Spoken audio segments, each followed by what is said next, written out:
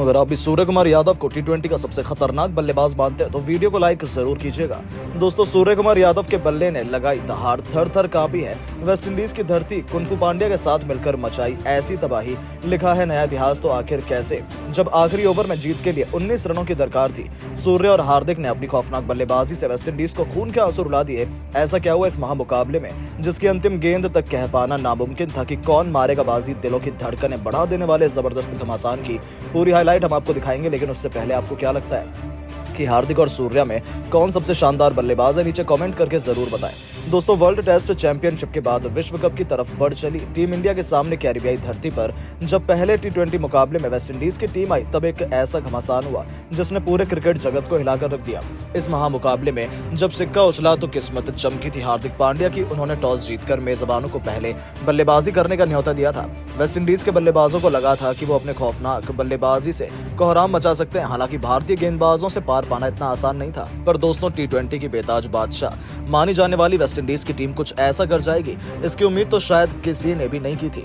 पारी की शुरुआत करने आए काइले मेयर्स ने शुरू से ही भारतीय गेंदबाजों को रिमांड पर लेते हुए केवल 25 गेंदों में ही अपना तूफानी अर्धशतक पूरा कर भारतीय टीम के पसीने छुड़ा दिए थे।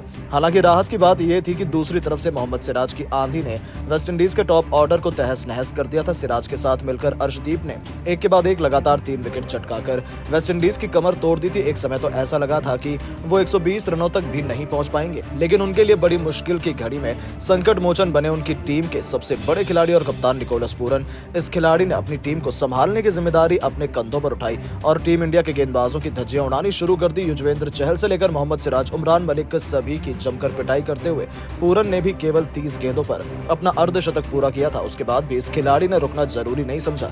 दूसरी तरफ से उन्हें किसी का साथ नहीं मिला, लेकिन अंत तक नाबाद रहते हुए उन्होंने 40 गेंदों पर 71 रनों की तूफानी पारी खेली, जिसमें 8 खौफनाक छक्के शुमार थे। इसके दम पर उन्होंने वेस्टइंडीज की पारी को 20 ओवरों में 190 रनों तक पहुंचा दिया था। जी हां दोस्तों, मुकाबले में बहुत आगे लग रही टीम इंडिया अचानक से पिछड़ चुकी थी। भारत के लिए सर्वाधिक विकेट मोहम्मद सिराज ने हासिल किए। उन्होंने 3 बल्लेबाजों का शिकार किया। अब भारतीय टीम के स्टार बल्लेबाजों पर इस लक्ष्य को जल्द से जल्द हासिल कर अपनी टीम को जीत दिलाने की अहम जिम्मेदारी थी। इन इरादों को सच करने के लिए रनों की ताबड़तोड़ बरसात करने शुभमन गिल के साथ ईशान किशन की जोड़ी मैदान में उतरी। ये दोनों कमाल के फॉर्म में चल रहे थे और पहले ओवर से ही इन्होंने इसका नजारा कोई दुनिया को दिखाना शुरू कर दिया। आपको बता दें, जहां एक तरफ ईशान ने आते ही पहली गेंद पर तूफानी छक्का बटोरकर अपना खाता खोला था, तो गिल ने भी शानदार कवर ड्राइव चौका जड़कर अपनी पारी की शुरुआत की थी। इन दोनों का बल्ला पावर प्ले में जमकर गरजा। 6 ओवरों का बखूबी फायदा उठाते हुए उन्होंने अपनी टीम को 62 रनों तक पहुंचा दिया था। जीत की नींव बिछा दी गई। ऐसा लगा था कि अब तो टीम इंडिया को कोई हरा ही नहीं सकता है, लेकिन फिर होता है वेस्टइंडीज की वापसी का शंखनाद। जैसन होल्डर ने आते लगातार 2 गेंदों पर, पहले गिल तो फिर अगली गेंद पर ईशान किशन को चलता कर भारतीय टीम को 2 करारे झटके दिए थे। गिल 32 रन बनाकर पवेलियन लौटे, तो वहीं ईशान किशन ने भी 35 रनों का योगदान दिया था। तो वहीं अब वेस्टइंडीज के गेंदबाजों ने अचानक से रनों की लगाम लगा दी। घातक गेंदों के आक्रमण में भारतीय टीम पूरी तरीके से बिखर गई थी। बीच के 6 ओवरों में भारतीय टीम मुश्किल से 28 रन जोड़ पाई थी और ऐसा लगा था कि भारत मैच में बहुत पीछे छूट चुका है। वहां से सावधानी वापसी कर पाना नामुमकिन है, लेकिन टीम इंडिया की लाज बचाने के लिए फिर दहाड़ता है सूर्य का बल्ला। जी हां दोस्तों, इस खिलाड़ी ने परिस्थितियों से हिसाब से संभल कर बल्लेबाजी की थी, लेकिन जैसे ही हार्दिक पांड्या मैदान में बल्लेबाजी करने आए, इन दोनों ने चौके छक्कों की ऐसी झड़ी लगाई कि वेस्टइंडीज के साथ साथ पूरी दुनिया केवल देखती ही रह गई। काट्रेल की लगातार 3 गेंदों पर 3 खौफनाक छक्के लगाकर सूर्य कुमार यादव ने 32 गेंदों पर अपना अर्धशतक पूरा किया। दूसरी तरफ से हार्दिक ने भी बखूबी उनका साथ निभाया। इन दोनों के बीच पलक झपकते ही 90 रनों की से भी अधिक की पार्टनरशिप हो चुकी थी और मुकाबले में टीम इंडिया वापसी कर चुकी थी कि देखते देखते मैच अंतिम ओवर में पहुंच चुका था, जहां अभी भी जीत के लिए 20 रन चाहिए थे और मैदान में मौजूद थे भारत के 2 सबसे बड़े मैच विनर। दोस्तों, वेस्टइंडीज की तरफ से अंतिम ओवर लेकर आए थे अल्जरी जोसेफ। वहीं पूरा स्टेडियम इन दोनों बल्लेबाजों के लिए नारे लगा रहा था।